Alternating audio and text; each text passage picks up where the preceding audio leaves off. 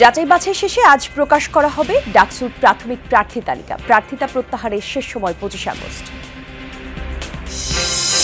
নির্বাচনের আগে রাজনীতিতে জামায়াতের নতুন সমীকরণ, সমমনা আর ইসলামী দলগুলোকে নিয়ে 300 আসনে লড়তে জোটে যাওয়ার ইঙ্গিত। ইসলামের বাক্স যাতে একটা হয়, এই টার্গেটে আমরা সকলেই কাজ করছি। মুন্সিগঞ্জের শ্রীনগরে ঢাকা মাওয়া এক্সপ্রেসওয়েতে প্রাইভেট কার উল্টে 3 জন নিহত। ডিভাইডারের সাথে ধাক্কা লাগে উল্টে যায় গাড়ি।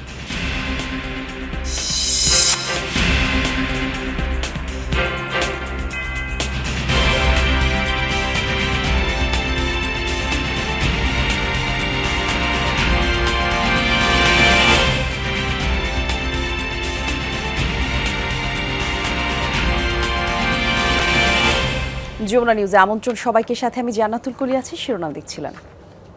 9 সেপ্টেম্বর ডাকসু নির্বাচন ঘিরে সরগরম ঢাকা বিশ্ববিদ্যালয় ক্যাম্পাস। যাচাই বাছাই শেষে আজ প্রকাশ করা হবে ডাকসুর প্রাথমিক প্রার্থী তালিকা। প্রার্থীদের তথ্য যাচাই বাছাইয়ের কাজ চলছে। দুপুর 1টায় এই তালিকা প্রকাশ করার কথা। ডাকসু নির্বাচনে কেন্দ্রীয় সংসদের 28টি পদের বিপরীতে মনোনয়নপত্র জমা দিয়েছেন 509 জন, আর হল সংসদের 13টি পদের বিপরীতে জমা পড়েছে 1109 জনের প্রার্থিতা। মনোনয়ন প্রত্যাহার করা যাবে 25 আগস্ট পর্যন্ত। নির্বাচন কমিশনের নিয়ম অনুযায়ী একজন প্রার্থী একাধিক মনোনয়নপত্র সংগ্রহ এবং জমা দিতে পারবেন, তবে শেষ পর্যন্ত কেবল একটি পদেই প্রতিদ্বন্দ্বিতা করার সুযোগ পাবেন। বাকি সব মনোনয়নপত্র প্রত্যাহার করতে হবে, তা না হলে সবকটি মনোনয়নই বাতিল বলে গণ্য করা হবে। নির্বাচনের চূড়ান্ত প্রার্থী তালিকা প্রকাশ করা হবে 26 আগস্ট।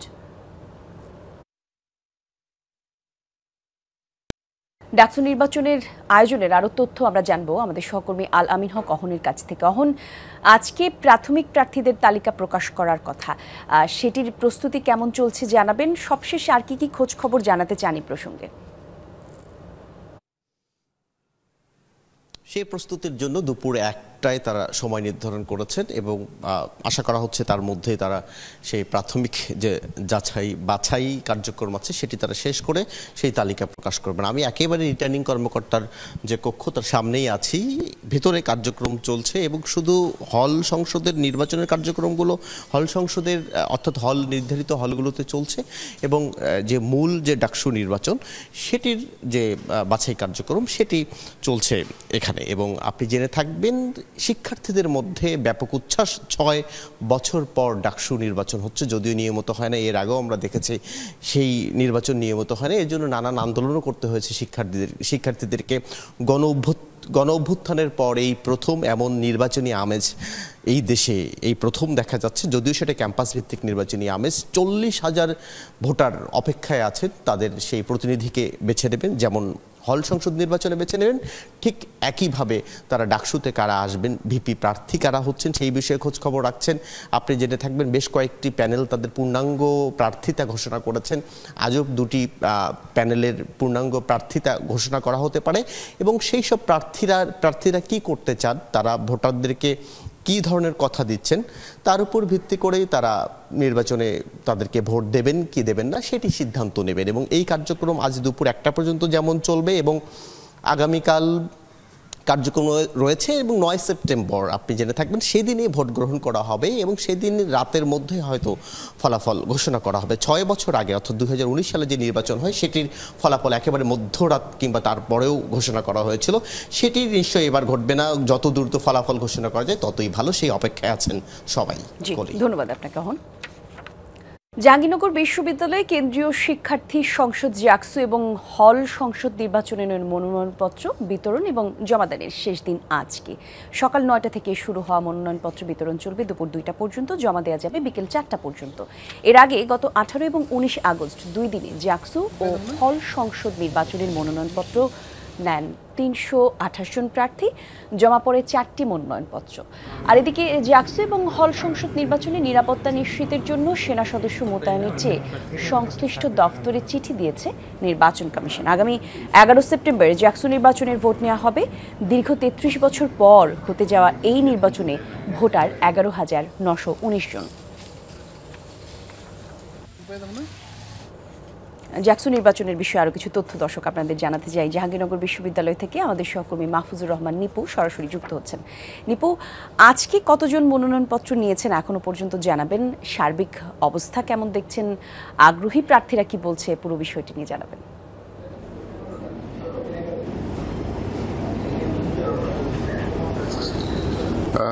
এখন পর্যন্ত নির্বাচন কমিশনের যে তথ্য বলছে, আজকে সকাল থেকে এখন পর্যন্ত মাত্র 5 জন তারা মনোনয়নপত্র জমা দিয়েছেন এবং 8 জন তারা মনোনয়নপত্র সংগ্রহ করেছেন।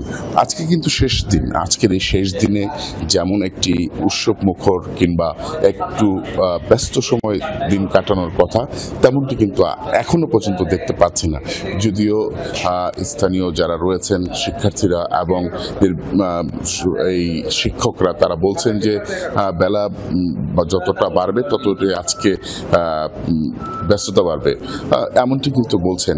যদিও আমরা বাইরের সূত্র থেকে জেনেছি যে আজকে ছাত্রদল এবং বিভিন্ন ছাত্র সংগঠন যেগুলো রয়েছে তাদের যে প্যানেল ঘোষণা করার কথা সেটি কিন্তু আজকে করবে, এমনটি কিন্তু আমরা বিশ্ববিদ্যালয়ের যে ছাত্র সংসদগুলো রয়েছে তাদের কাছ থেকে তথ্য পেয়েছি।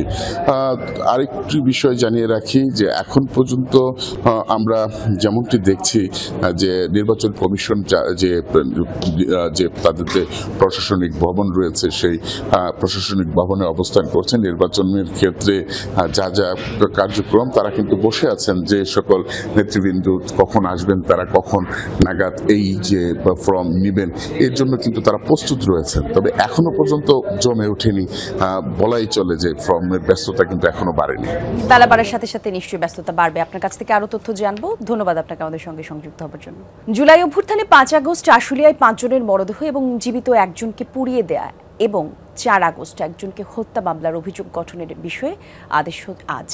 বিচার শুরুর বিষয়ে আন্তর্জাতিক অপরাধ ট্রাইব্যুনাল 2 এই আদেশ দেবেন। সকালে এই মামলায় গ্রেফতার 8 আসামিকে হাজির করা হয় ট্রাইব্যুনালে। মামলায় 16 জনকে আসামি করা হয়েছিল। এরই মধ্যে সাবেক সংসদ সদস্য সাইফুল ইসলাম সহ 8 জন পলাতক। এরই মধ্যে আইনজীবী নিয়োগ দিয়েছে ট্রাইব্যুনাল। আর এছাড়াও চানখারপুলে 6 জন হত্যার অভিযোগে মামলার আন্তর্জাতিক অপরাধ ট্রাইব্যুনাল 1 এই চতুর্থ দিনের সাক্ষ্য গ্রহণ আজ। সাক্ষী দেবেন 2 জন। এর আগে এই মামলায় 6 জন সাক্ষ্য দিয়েছেন। রাজনীতির নতুন প্রেক্ষাপটে এবার নতুন জোট নিয়ে নির্বাচনে অংশগ্রহণের ছক চূড়ান্ত করেছে জামায়াত ইসলামী। সমমনা ইসলামী দলগুলো নিয়ে জোট গঠনের প্রাথমিক কাজ এর মধ্যে অনেকটাই এগিয়েছে। জাতীয় নাগরিক পার্টি এনসিপির সাথে জামায়াতের কৌশলগত নির্বাচনী জোট হতে যাচ্ছে বলে ইঙ্গিত দিয়েছেন দলটির শীর্ষ নেতারা। 2 নায়েবে আমির বলছেন 300 আসনে প্রাথমিকভাবে প্রার্থী ঘোষণা করা হলেও জোট করেই নির্বাচনে যাবে জামায়াত। শামীম রেজার রিপোর্ট। ফেব্রুয়ারি মাসে জাতীয় নির্বাচন অনুষ্ঠানের আয়োজন। নির্বাচনের পথে জাতীয় রাজনীতির ট্রেন্ড। প্রধান উপদেষ্টার ঘোষণা অনুযায়ী ফেব্রুয়ারিতে হতে যাচ্ছে বহু কাঙ্ক্ষিত নির্বাচন।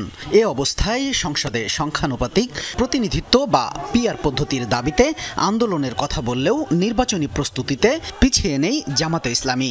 দুর্নীতিমুক্ত বাংলাদেশ ইনশাআল্লাহ সবাইকে নিয়ে আমরা গড়ব। দলটির শীর্ষ নেতারা বলছেন জাতীয় নির্বাচনে 300 আসনে এককভাবে প্রার্থী দেওয়ার সক্ষমতা আছে জামাতের। এরই মধ্যে সেই ঘোষণা দিয়ে কাজও শুরু হয়েছে। আমরাই প্রথম জাতীয় সংসদের আসনগুলা ঘোষণা করেছি, খুব সম্ভব প্রায় 300টা সিটেই আমরা এটা করেছি এবং আমাদের নমিনেশন যারা পাবে, যাদেরকে আমরা সিলেক্ট করেছি প্রাইমারিলি, তারা কাজ চালিয়ে যাচ্ছে। আমরা মনে করি সরকারের দায়িত্ব হচ্ছে মানুষের ভিতরে এটা এই আস্থা ফিরিয়ে আনা এবং সেরকম পদক্ষেপ গ্রহণ করা।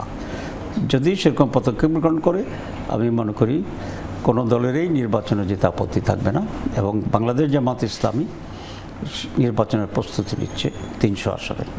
তবে ভোটের রাজনীতির সমীকরণে প্রথমবারের মতো ইসলামী দলগুলোকে নিয়ে জোট করতে চায় জামাত। এক্ষেত্রে ইসলামী আন্দোলন, খেলাফত মজলিস সহ কয়েকটি ইসলামী দলের সাথে জোটের প্রক্রিয়া অনেকটা এগিয়ে রেখেছে দলটি। একদিকে ইসলামিক দল, অন্যদিকে যারা এই সুবিচার কায়েমের জন্য আন্দোলন করছে রাইটিস্ট, তারাও, এদের সাথে আমরা সমঝোতা করতে প্রয়োজন হলে ঐক্য যদি হয়, ইসলামের বাক্স যাতে একটা হয়, এই টার্গেটে আমরা সকলেই কাজ করছি। মানুষ দেখতে চায় যে এবারে নির্বাচনটা একটি ভিন্নধর্মী নির্বাচন হবে, যেখানে সকলে ভোট দিতে পারবে, লেভেল প্লেইং ফিল্ড থাকবে।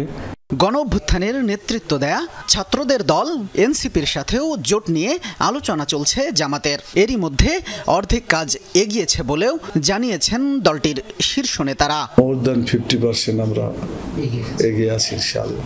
এখন আল্লাহ ভালো জানেন কতটুকু আমরা কামিয়াব হতে পারব। মানে এই 50%-এর দিক থেকে কি এনসিপিও বিএনপির সাথে 4 দলীয় জোট করে 2001 সালে ক্ষমতার অংশ হয়েছিল জামাত।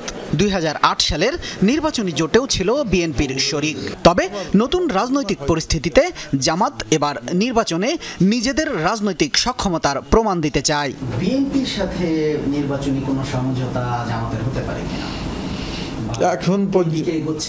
এখন পর্যন্ত মানে আমাদের সেরকম পরিবেশও হয়নি বা সেটা হচ্ছে না। বড় শামীম রেজা, যমুনা নিউজ, ঢাকা।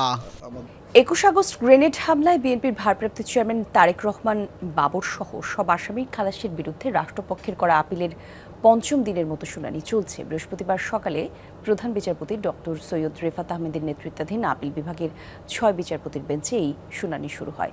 এর আগে 1 ডিসেম্বর 21 আগস্ট গ্রেনেড হামলায় ঘটনায় হত্যা এবং বিস্ফোরক দ্রব্য আইনের মামলায় বিএনপির ভারপ্রাপ্ত চেয়ারম্যান তারেক রহমান সহ সব আসামিকে খালাস দিয়ে রায় দেয় হাইকোর্ট। পরে সেই রায়ের বিরুদ্ধে আপিল করে রাষ্ট্রপক্ষ। 2004 সালের 21 আগস্ট বঙ্গবন্ধু অ্যাভিনিউয়ে শেখ হাসিনার সমাবেশে গ্রেনেড হামলায় আওয়ামী লীগের 24 নেতাকর্মী নিহত হন। এরপর হত্যা এবং বিস্ফোরক দ্রব্য আইনের 2টি মামলা হয়। 2018 সালের রায়ে সাবেক স্বরাষ্ট্র প্রতিমন্ত্রী লুৎফুজ্জামান বাবর সহ 19 জনকে মৃত্যুদণ্ড দেওয়া হয়। এছাড়া বিএনপির ভারপ্রাপ্ত চেয়ারম্যান তারেক রহমান সহ 19 জনকে যাবজ্জীবন এবং 11 জনকে বিভিন্ন মেয়াদে কারা এবং অর্থদণ্ড দেওয়া হয়। বাগেরহাটের 4টি সংসদীয় আসন বহাল রাখার দাবিতে খুলনা ঢাকা মহাসড়কের নোয়াপাড়া এবং কাটাখালী মোড় অবরোধ করেছে সর্বদলীয় সম্মিলিত কমিটি। আটকে পড়েছে শত শত যানবাহন। আজ সকাল 9টার দিকে মহাসড়কের 2টি স্থানে অবরোধ কর্মসূচি শুরু হয়। এতে অংশ নিয়েছে বিএনপি, জামায়াত সহ বিভিন্ন রাজনৈতিক দলের নেতাকর্মী সহ নানা শ্রেণী পেশার মানুষজন। আন্দোলনকারীরা জানিয়েছেন, দীর্ঘদিন ধরে বাগেরহাটের 4টি সংসদীয় আসন রয়েছে। নির্বাচন কমিশন 1টি আসন কমিয়ে 3টি করার প্রস্তাব দিয়েছে। আর স্থানীয়দের দাবি 4টি আসনই বহাল রাখা। আর এই দাবিতেই বিভিন্ন কর্মসূচি পালিত হচ্ছে। আসন পুনর্বিন্যাস নিয়ে আগামী 25 আগস্ট নির্বাচন কমিশনের শুনানি হওয়ার কথা রয়েছে। মহাসড়ক অবরোধের কারণে যানজটে ভোগান্তি পোহাতে হচ্ছে যাত্রীদের। কুমিল্লা 2 নির্বাচনী আসন পুনর্বিন্যাস প্রস্তাবের প্রতিবাদে ঢাকা চট্টগ্রাম মহাসড়ক অবরোধ করেছে হোমনা মেঘনা নাগরিক সমাজ। আর এই বিষয়ে আরও কিছু তথ্য দর্শক আপনাদের জানাতে চাই। আমাদের সহকর্মী খোকন চৌধুরী সরাসরি যোগ দেবেন। খোকন, আন্দোলনরতরা কি বলছে বিস্তারিত আমাদেরকে একটু জানাবেন।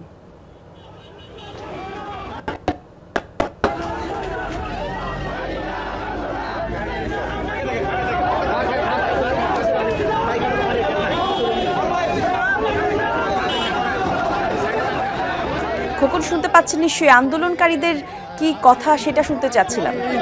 যে কুমিল্লা নির্বাচনী 2 আসন সেটি বহালের দাবিতে কিন্তু অর্থাৎ বহাল রাখার দাবিতে কিন্তু ঢাকা চট্টগ্রাম মহাসড়ক অবরোধ করতে বিক্ষোভ করছে মেঘনা ও হোমনা উপজেলার নাগরিক সমাজ। তারা বলছেন যে তাদের যে ভৌগোলিক অবস্থান থেকে যে বিশেষ করে মেঘনা উপজেলা হোমনার সঙ্গে তাদের আগেও তাদের এই আসনটি ছিল, সেই আসনটিকে বহাল রাখার দাবি করেই কিন্তু তারা ঢাকা চট্টগ্রাম মহাসড়ক অবরোধ করেছেন। এর আগে কিন্তু তারা মানববন্ধন কর্মসূচি পালন করছিলেন। হঠাৎ অঘোষিতভাবেই কিন্তু ঢাকা চট্টগ্রাম মহাসড়ক অবরোধ করেন। এখন কিন্তু এখানে যে আইন শৃঙ্খলা বাহিনীর সদস্যরা আছেন তাদেরকে সরিয়ে তাদের যেই অবস্থান কর্মসূচি সরিয়ে তারা কিন্তু সড়ককে স্বাভাবিক অবস্থান করার চেষ্টা করছেন।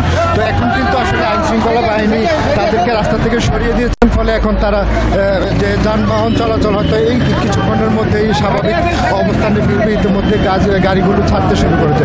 তো তাদের যে দাবি সেটি দাবি হচ্ছে তাদের যে হোমনা এবং মেঘনা সেই আসনটি যাতে বহাল রাখা হয় সেই দাবিতেই কিন্তু তাদের এই কর্মসূচি পালন করছেন। এবং এই নিয়ে কিন্তু আগামী 24 আগস্ট নির্বাচন কমিশনের পক্ষ থেকে একটি গেজেট প্রকাশ করা হয়েছে যে আসন 24 আগস্ট এর শুনানি হবে। তারা চাচ্ছেন যে তাদের আসনটি যাতে বহাল থাকে, সেই দাবিতেই কিন্তু আজকের যে আন্দোলন আন্দোলন এবং তারা সম্মিলিত অবস্থান থেকেই কিন্তু তাদের এই দাবিটি করছেন এবং তারা বলছেন যে তাদেরকে যে দাউদকান্দির সঙ্গে জড়িয়ে দেওয়া হয়েছে, অর্থাৎ দাউদকান্দির সঙ্গে তাদের যে সড়কে যাতায়াতে কোনো ব্যবস্থা নেই এবং অন্য একটি জেলার দিয়ে কিন্তু দাউদকান্দিতে যেতে হয়। ফলে তারা যাচ্ছেন যেভাবে আসনটি রয়েছে সেভাবেই যাতে রাখা হয়, সেই দাবিটুকু কিন্তু এই আন্দোলনকারীদের থেকে উঠেছে। খোকন, ধন্যবাদ আপনাকে। মুন্সিগঞ্জের শ্রীনগরে ঢাকা মাওয়া এক্সপ্রেসওয়েতে প্রাইভেট কার উল্টে নিহত হয়েছেন ৩ জন। আর ভোরে এক্সপ্রেসওয়ের ১৬ঘর এলাকায় যাত্রী ছাউনির পাশে ঢাকামুখী লেনে এই দুর্ঘটনাটি ঘটে। নিহতরা হলেন আরমান, রাইসা এবং তানজিল।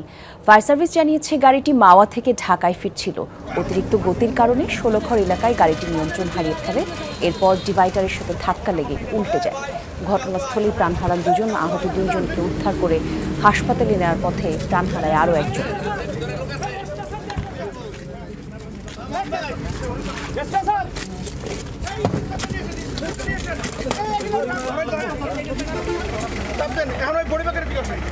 ষোলগড় যাত্রী ছাউনির সামনে ঢাকামুখী একটি প্রাইভেট কার উল্টে যায়। ঘটনাস্থলেই ২ জন মারা যায়। আহতদের উদ্ধার করে হসপিটালে প্রেরণ করলে চিকিৎসক একজনকে মৃত ঘোষণা করে।